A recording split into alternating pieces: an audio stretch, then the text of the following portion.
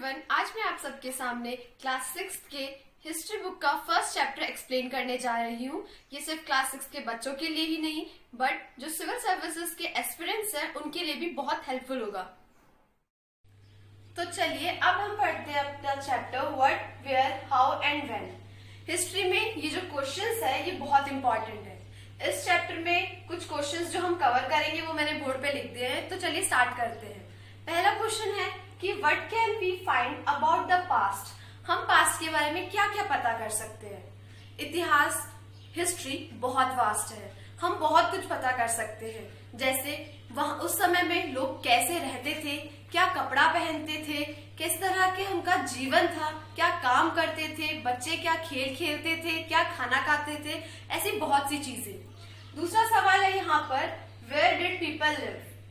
उस जमाने की बात करें या आज की बात करें, हम देखेंगे तो ज्यादा पॉपुलेशन उसी जगह पे है जहां पर नदियां हैं। तो उस जगह पर भी लोगों ने जो अपना बसेरा था सबसे पहले वहां शुरू किया जहां पर नदियां बहती थी। जैसे कि आप सबको पता ही होगा कि जो हमारी फर्स्ट सिविलाइजेशन है Indus valley civilisation 4700 years ago establish हुई थी। वो इंडस रिवर के चारों तरफ और उसकी ट्रिब्यूटरीज के चारों तरफ बनी थी। ट्रिब्यूटरीज का मतलब तो आपको पता ही होगा कि एक बड़ी रिवर से जो छोटी छोटी नदियां निकलती है उन्हें ट्रिब्यूटरीज कहते हैं। उसके बाद वीट और बार्ली जो मेन क्रॉप मानी जाती है वो सबसे पहले ग्रो करना 8000 ईयर्स अगो स्टार्ट हो गई थी। वो भी सुलेमान और किरतार में जो आज प्रेजेंट डे में अफगानिस्तान और पाकिस्तान में है। उसके बाद गारो हिल्स जो हमारे नॉर्थ ईस्ट में है, वहां पर सबसे पहले एग्रीकल्चर डेवलप हुआ था। और विंध्या रेंजेस वहां पर नॉर्थ में सबसे पहले राइस ग्रो हुआ था। उसके बाद जैसे मैंने आपको बताया इंडस वैली सिविलाइजेशन में सबसे पहले सिविलाइजेशन स्टार्ट हुई, बट माना जाता है कि फ्लड आया था या ड्रॉट पड़ गया था, बहुत सारे रीजन थे जिनकी वजह से वो सिविलाइजेशन एंड हो गई। उसके बाद गंगा प्लेन में लोग जाकर बसने लगे, उस रिवर के चारों तरफ अपना घर बनाया और उसको माना जाता है 2500 साल पहले वो इस्टेब्लिश हुआ था। और ये एक बहुत अच्छी बात है या बहुत गौर करने वाली बात है कि जो उसकी एक ट्रिब्यूटरी है सन, वहां से लेकर जो साउथ गंगा है उस एरिया में फर्स्ट लार्जेस्ट किंगडम इस्टेब्लिश हुआ था जिसका नाम था मगधा। और वो उस समय का सबसे बड़ा राज्य और सबसे पावरफुल राज्य था। उसके बाद आप ये सोचते होंगे कि उस समय पीपल ट्रेवल क्यों करते थे। तो आज के समय और उस समय में ज्यादा अंतर नहीं है कि पीपल क्यों ट्रेवल करते थे। पहला रीजन फॉर देयर लाइवलीहुड। आज भी लोग अपने लाइवलीहुड के लिए ट्रेवल करते हैं और उस समय पे इसीलिए। बट एक रीजन था, उस समय पे एक ग्रुप एक साथ जब मूव करता था तो वह दूसरे लैंड को कन्कर करने के लिए करता था, जो आजकल छूट सा गया है। उस समय पे मर्चेंट्स भी मूव करते थे अपना बिजनेस स्प्रेड करने के लिए, और जो रिलीजियस टीचर थे वो अपनी नॉलेज है वो दूसरों के साथ शेयर करने के लिए भी एक जगह से दूसरी जगह ट्रेवल करते थे। नेक्स्ट है names of the land. Land यहाँ पे हमारी कंट्री को कहा गया है।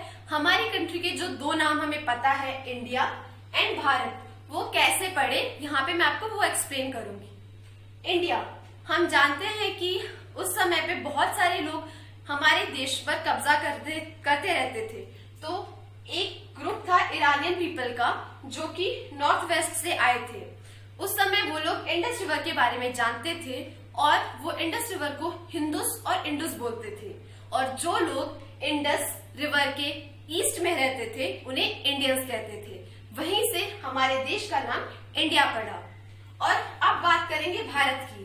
भारत उस समय पूरी कंट्री का नाम नहीं था। नॉर्थ वेस्ट में रह रहे एक ग्रुप ऑफ पीपल को भारत का नाम दिया गया था, बट धीरे धीरे ये नाम अपनी पूरी कंट्री को दे दिया गया। और ये वही नाम है जो ऋग्वेदा, जो हमारी फर्स्ट वेदा है, उसके अंदर भी दर्शाया गया है। अब हम देखेंगे कि हम अपने पास्ट के बारे में कैसे जान सकते हैं। Finding out about our past. तो मैन्यूस्क्रिप्ट सबसे फर्स्ट थिंग है। मैन्यूस्क्रिप्ट क्या होती है? जो हम अपने हैंड से पाम लीफ के ऊपर कुछ लिखते हैं उस चीज को मैन्यूस्क्रिप्ट कहते हैं। मैन्यूस्क्रिप्ट के बहुत सारे सब्जेक्ट्स हो सकते हैं, जैसे कि उसमें हम रिलीजन के बारे में लिख सकते हैं, लोकल लाइफ के बारे में लिख सकते हैं, किंग के बारे में, मेडिसिन के बारे में और बहुत कुछ। बट एक ड्रॉबैक है मैन्युस्क्रिप्ट का कि हम उसे कितनी भी अच्छी तरह प्रिजर्व करके रखें, उसे इजीली डिस्ट्रॉय किया जा सकता है, क्योंकि उसे हम लीफ पर लिखते हैं तो इंसेक्ट्स और जो नेचुरल डिजास्टर है वो उसे इजीली खराब कर सकते हैं। Second thing, inscription.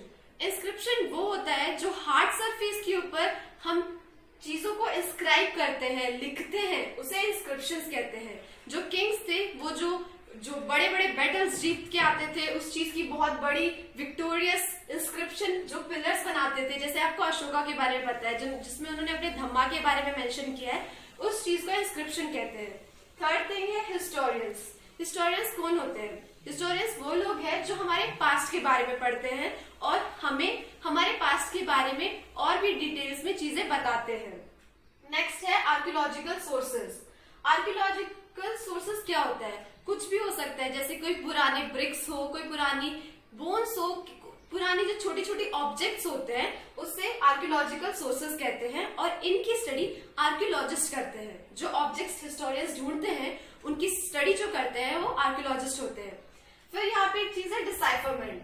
डिसाइफरमेंट ये टेक्स्ट का किया जाता है। जो पुराने जमाने में स्क्रिप्ट लिखी जाती थी उनको हम इजिली पढ़ नहीं सकते, क्योंकि वो ABCD या संस्कृत के वर्ड या प्राकृत या हिंदी, इंग्लिश, उर्दू वैसे नहीं होते थे। वो कुछ सिंबल साइन होते थे जो हमें नहीं पता उनका मीनिंग क्या है, तो उन्हें दूसरी लैंग्वेजेस से कंपेयर करके समझकर जो हम एक लैंग्वेज पता करते थे, उस चीज को फाइंड आउट करते थे, उस चीज को कहते हैं डिसाइफर करना और उस प्रोसेस को कहते हैं डिसाइफरमेंट। अब हम अगली चीज देखेंगे, वो है वन पास्ट और मैनी। ये एक बहुत बड़ा क्वेश्चन है कि हमारा इतिहास एक जैसा था या अलग था।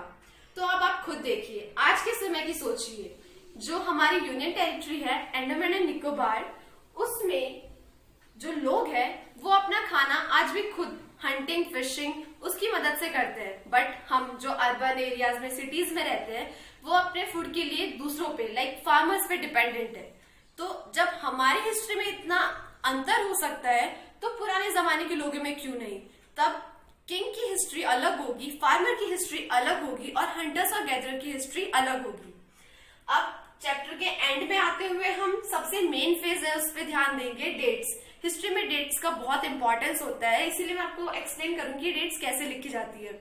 आप देखते होंगे किसी जगह AD लिखा रहता है, कहीं BC लिखा रहता है, कहीं BCE लिखा रहता है, तो कहीं CE लिखा रहता है।